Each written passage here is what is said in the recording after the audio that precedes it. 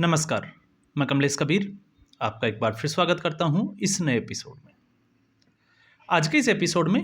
हम बात करेंगे कल की एक घटना की। प्रधानमंत्री नरेंद्र मोदी का पिछले 15 दिन में दूसरा जम्मू कश्मीर का दौरा। कल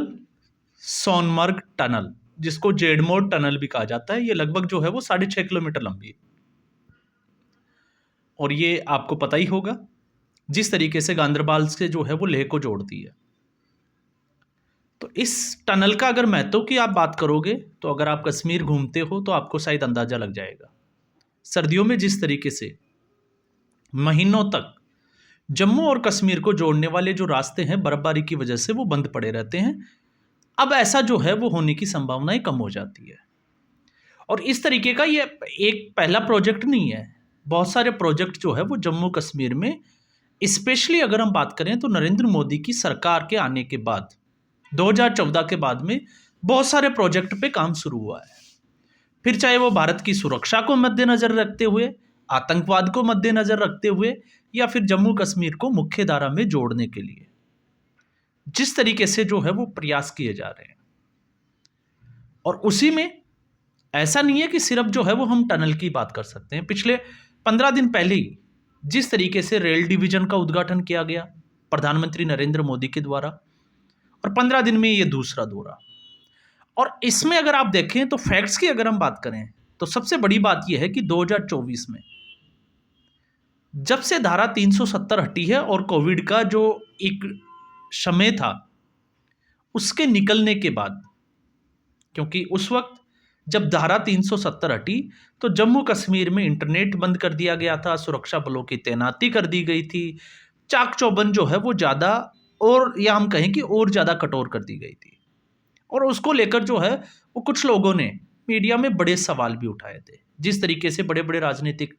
नेताओं को नज़रबंद कर दिया गया था, तो वो सारी घटनाएं जो है वो पूरे देश ने देखी है। लेकिन अब अगर हम बात करते हैं तो सबसे बड़ी बात यह है कि जम्मू कश्मीर में क्या बदला। तो जम्मू कश्मीर का बदलाव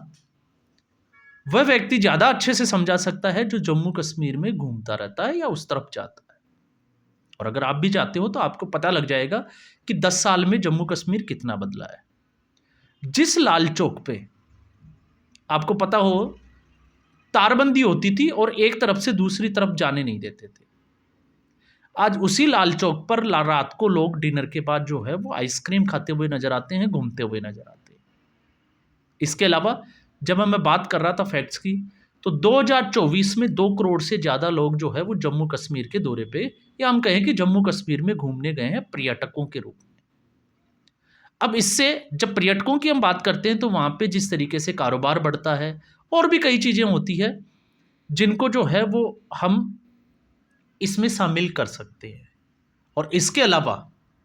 जब हम पर्यटकों की बात करते हैं तो पर्यटकों के अलावा अगर हम देखें तो जिस तरीके से मैराथन का आयोजन करना, इसके अलावा जो है वो जिस तरीके से आपने देखा कि इस बार के चुनाव में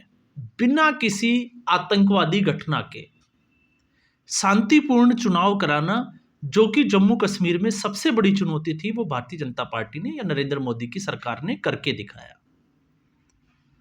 अब ये तो थी इस दौरे की वो बातें जो आपको शायद पता होगी। अब हम आते हैं दूसरे हिस्से पे। दूसरा हिस्सा इस दौरे के बाद में जिस तरीके से उमर अब्दुल्ला का स्पीच वायरल हुआ, और उमर अब्दुल्ला ने जिस तरीके से प्रधानमंत्री नरेंद्र मोदी की तारीफों किया, हम कहें कि तारीफ के कसीदे में जिस तरीके से जो है वो फूलों के बाण चलाए, आप कुछ भी कह सकते हो। अब इसके बाद जो है वो राजनीतिक चर्चाएं या राजनीतिक चर्चाओं का बाजार बड़ा गर्म है। राजनीतिक विश्लेषक जो है वो अपना अपना आकलन कर रहे हैं। अब कईयों का आकलन ये है कि उमर अब्दुल्ला जो है वो समझ गए हैं कि गठबंधन का ज़्यादा जो है वो वर्चस्व रहा नहीं है, गठबंधन बचा नहीं है, तो ऐसी स्थिति में क्यों नहीं भारतीय जनता पार्टी के साथ या भारतीय जनता पार्टी के साथ शामिल कर हो जाए। ये एक जो है वो एनडीए में शामिल होने वाली बातचीत चर्चाओं का दौर जो है वो बड़ा गर्म। और इस वक्त जो है वो देश की राजनीति का हालात जो है वो बयां भी कुछ ऐसे ही कर रहे हैं। लेकिन जब हम जम्मू कश्मीर में उमर अब्दुल्ला की जबानी जो भी शब्दों का प्रयोग किया गया, अगर उसके पीछे की कहानी को समझने की बात कोशिश करें तो इसका दूसरा पहलू भी हो सकता है। हो सकता है ये मेरा आकलन जो है वो गलत हो, लेकिन इसका दूसरा पहलू ये है कि उमर अब्दुल्ला को पता है कि जम्मू कश्मीर में उनके लिए ज़्यादा कुछ बचा नहीं है, या हम कहें कि बिना केंद्र सरकार के वो कुछ कर नहीं सकते, क्योंकि अब की बार उमर अब्दुल्ला मुख्यमंत्री तो है, लेकिन उनके हाथ पैर जो है वो बांधे हुए हैं, पावर्स जो है वो कम कर दी गई है। तो ये भी एक जो है वो बड़ा कारण हो सकता है कि उमर अब्दुल्ला को लग रहा हो कि बिना केंद्र सरकार के, बिना दिल्ली की सरकार के जो है उनका सरकार चलाना बहुत मुश्किल है। फिर चाहे आप फंड की नज़र से ही उसको देख सकते हो, क्योंकि जम्मू कश्मीर के पास जो है वो इतना फंड नहीं है, और विकास कार्यों के लिए जो है वो फंड की ज़रूरत है। तो सरकार चलाने के लिए जिस फंड की ज़रूरत है वो दिल्ली केंद्र सरकार के भरोसे हैं, तो ये इसका एक बड़ा कारण हो सकता है। अब दूसरा इसमें अगर हम देखें तो दूसरा ये भी है, उमर अब्दुल्ला को, या हम कहें अब्दुल्ला परिवार को, या नेशनल कॉन्फ्रेंस को ये पता है कि ये एक ऐसी सरकार है इस वक्त, जिस तरीके से नरेंद्र मोदी और अमित शाह, गृह मंत्रालय और पीएमओ जिस तरीके से कार्य कर रहा है, अगर जम्मू कश्मीर में उमर अब्दुल्ला द्वारा कोई गड़बड़ की जाती है तो तुरंत वहां पर राष्ट्रपति शासन लगाया जा सकता है, और राष्ट्रपति शासन लगता है तो फिर उमर अब्दुल्ला वहीं आ जाते हैं जहां वो पहले खड़े थे। तो ये जो है वो डर भी हो सकता है, ये इसका दूसरा कारण हो सकता है। तीसरा कारण, जिस तरीके से विकास के जो प्रोजेक्ट है कश्मीर में ले जाए जा रहे हैं, अब आप इसको थोड़ा सा जो है वो ध्यान से समझिएगा। जम्मू और कश्मीर, अब हम इसको दो पार्ट में डिवाइड करके देखते हैं। जम्मू की जनता ने जिस तरीके से भारतीय जनता पार्टी को अच्छी खासी सीटें दी, तो जम्मू में जो है वो भारतीय जनता पार्टी का वर्चस्व, और कश्मीर में, क्योंकि कहावत वहीं आके रुक जाती है और कहानी का अंत जो है वो वहीं होता है,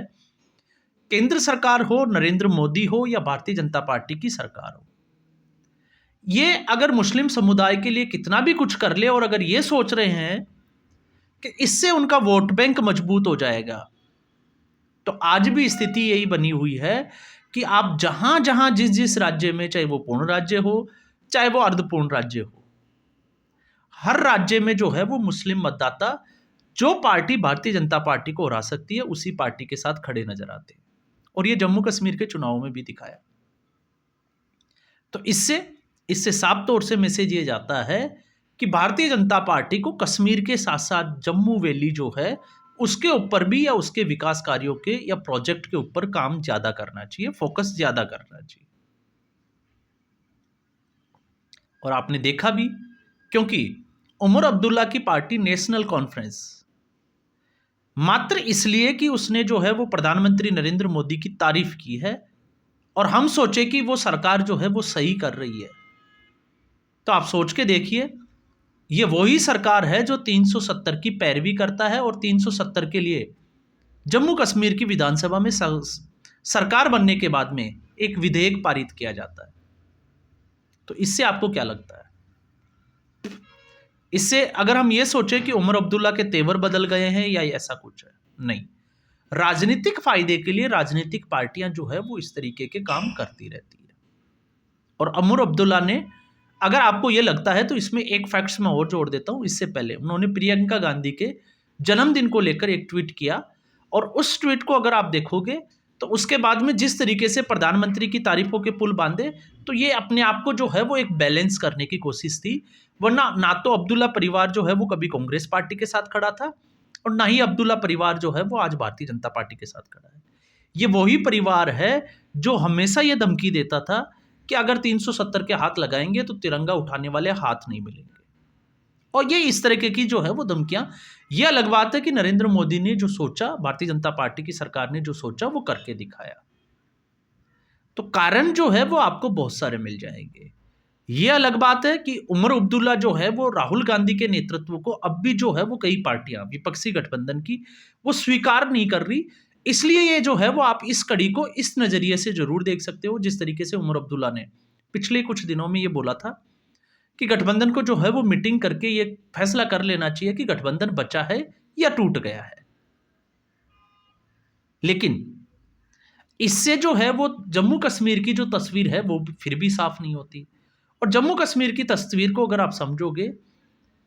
तो आपके लिए कहने के लिए जो है वो चाहे पाकिस्तान हो, बलूचिस्तान हो, गिलगिटिस्तान हो या अफगानिस्तान हो, आप उन चीज़ों को जो है वो बीच में ले सकते हो, अंतर्राष्ट्रीय पटल पे आप जो है वो इसको दिखा सकते हो। लेकिन चाहे वो 1989 हो या अभी उमर अब्दुल्ला की सरकार हो, जब मैं ये कहता हूं कि सरकार उमर अब्दुल्ला के जो है वो अब जज्बात बदल गए हैं या उनका सोचने का तरीका बदल गया है, तो पिछले ही कुछ दिनों पहले, मैं बहुत ज़्यादा पुरानी बात नहीं करने वाला हूं, उमर अब्दुल्ला की जो सरकार बनी है उसके बाद में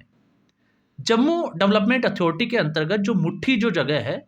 उस जगह पे जो भी हिंदू विस्थापित हुए थे 1989 और 1990 के बीच में, जिनको अपनी पुश्तैनी विरासत या ज़मीनें, घर जो है वो छोड़ने पड़े थे, जिनकी औरतों के साथ जो है वो ज़बरदस्ती की गई थी, मर्डर कर दिया गया था और तमाम तरह की घटनाएँ जो है, उसका एक पूरा इतिहास भरा पड़ा है। उन विस्थापित लोगों के लिए एक विस्थापित कॉलोनी बनाई गई थी और वहाँ पे दुकानों के लिए इनको अस्थायी जगह दी गई थी। और आज स्थिति ये है कि इसी सरकार के आने के बाद में जम्मू कश्मीर डेवलपमेंट अथॉरिटी ने उन विस्थापितों की जो दुकानें हैं उनको अतिक्रमण हटाने के नाम पर बुलडोजर एक्शन, जब ये संभल का जो मामला चला था सर्वे, उसके आसपास की ही ये घटना है। आप फैक्ट्स जो है वो चेक कर लीजिए। अब आप सोच के देखिए कि वो लोग कहाँ जाएंगे। तो इसलिए नेशनल कॉन्फ्रेंस और उमर अब्दुल्ला या फारूक अब्दुल्ला की अगर हम बात करें तो ये जो है वो हाथी के दांत, खाने के कुछ और हैं और दिखाने के कुछ और हैं। अगर हम इसमें यही देख के खुश हो रहे हैं कि उन्होंने प्रधानमंत्री की तारीफ में कुछ शब्द बोले हैं, तो मुझे लगता है यहाँ पर हमारा आकलन जो है वो गलत साबित हो सकता है। तो इसके राजनीतिक पहलुओं को जो है वो समझने की ज़रूरत है और राजनीतिक पहलू अलग अलग तरीके से जो है वो आपको बहुत सारे इशारे देते हैं कि आपके पास जब कोई ऑप्शन नहीं बचता तो फिर आपके पास में एक आखिरी ऑप्शन यही बचता है कि सत्ता में अगर बने रहना है तो आप नरेंद्र मोदी के खिलाफ जाकर जो है वो कुछ नहीं कर सकते, क्योंकि अगर ऐसा होगा तो परिस्थितियां बदलेगी और ठीक उसी तरीके से वापस राष्ट्रपति शासन लगाया जा सकता है और उसकी पूरी संभावनाएं भी जो है वो नजर आती है। तो आज के एपिसोड में बस इतना ही। उम्मीद करूंगा वीडियो एपिसोड आपको पसंद आया होगा। लाइक करें, शेयर करें, चैनल जरूर सब्सक्राइब करें। धन्यवाद।